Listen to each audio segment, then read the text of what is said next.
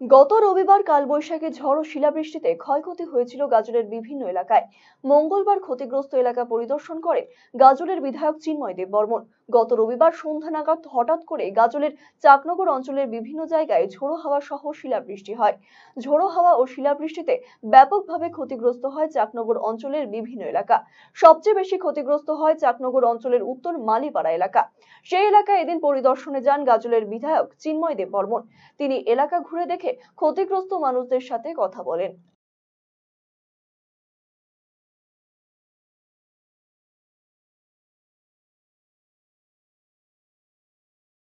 আমাদের গত পরশুদিন হঠাৎ রাত্রিবেলা হঠাৎ করে একটা ঝড় এবং বৃষ্টি শিলাবৃষ্টি হয়। তাতে চাকনগর অঞ্চলের একটি গ্রাম উত্তর মালিপাড়া আর ব্যাপকভাবে ক্ষতিগ্রস্ত হয়। এখানে বড় বড় গাছ থেকে শুরু করে বাড়ি, সেগুলো মানে চালা উড়ে চলে যায়। সাধারণত গ্রামের বাড়ি, মাটির বাড়ি, সেগুলো নষ্ট হয়, দেওয়াল পড়ে যায়। এই এলাকার বহু মানুষ আপনার ভুট্টা এবং হাইলিং ধানটা চাষ করে, তার সেই সমস্ত ফসলগুলো ব্যাপক হারে ক্ষতিগ্রস্ত হয়েছে। একদিন দুদিন অতিক্রান্ত হওয়ার পরে হলেও আজকে আমরা সেটা পরিদর্শনে এসেছিলাম এবং এই এলাকার মোটামুটি বেশ কয়েকটা বাড়ি, 8-10টা বাড়ি আমরা পরিদর্শন করলাম এবং এখানে দেখলাম যে তাদের ক্ষয়ক্ষতির পরিমাণটা কীরকম হয়েছে। সেই কাজে আমরা আজকে এখানে এসেছিলাম।